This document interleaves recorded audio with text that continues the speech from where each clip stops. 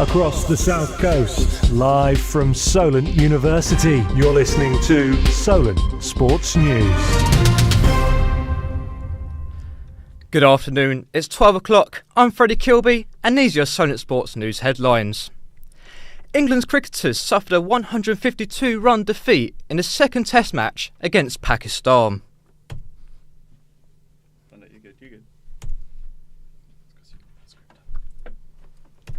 And what relief for Pakistan.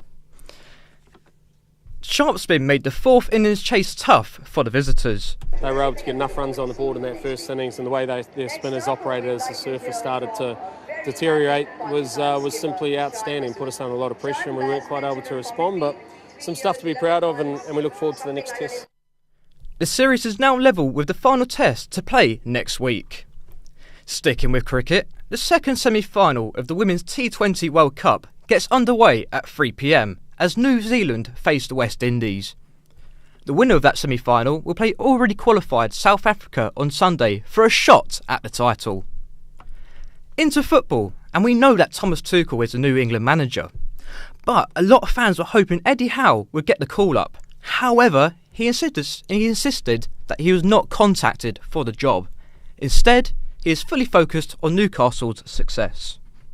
For me, it's about Newcastle. It's about trying to win games, and it is hard enough to do that if you're 100% focused, and I always remain that way to my work. But I know that if you drop your levels or your focus, the job becomes impossible. So at no stage have I allowed myself to do that. Southampton are back to league action as they host Leicester City this weekend.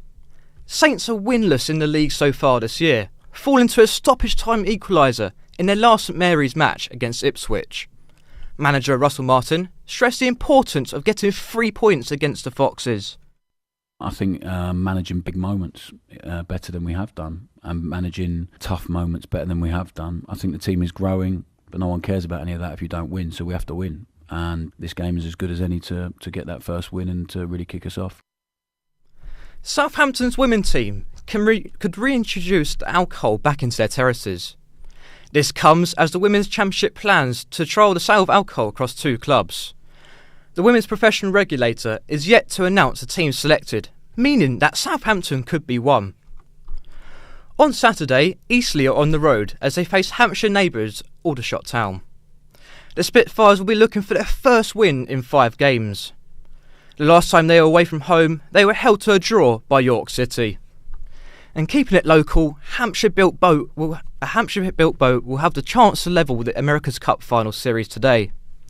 Sir Ben Ainsley's Ineos Britannia have claimed 2 consecutive victories, but still chase a 2-race deficit as they trail 4-2. They will set sail on Barcelona at 1 p.m. for the first battle of the day. Women's GB cycling star returns to glory after recovering from a freak accident. Kate Archibald and her pursuit teammates won gold in the World Championships in a formidable display on the saddle.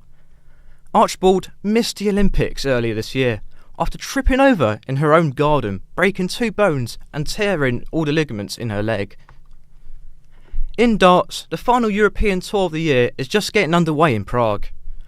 Rob Cross has withdrawn from the Czech Darts Open, joining Gary Anderson and Ryan Joyce in missing the event. Nathan Aspinall holds the last seven of available European Championship qualifying spot, with 17 other players potentially taking those spots.